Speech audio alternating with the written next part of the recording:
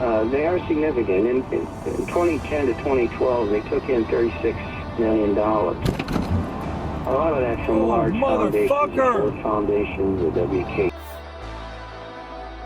Kellogg Foundation to promote open society. I think that's one of George's. Well, yeah, the advancement project, Lee, is in the mainstream.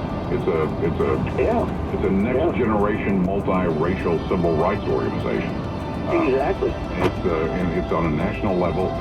California programs, which I know about, they do they try to do large.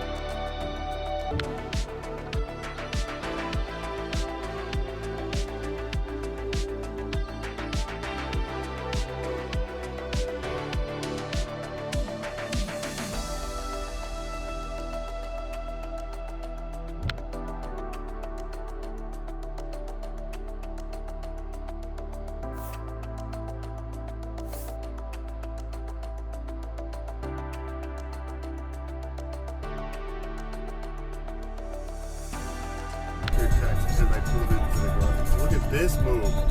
Holy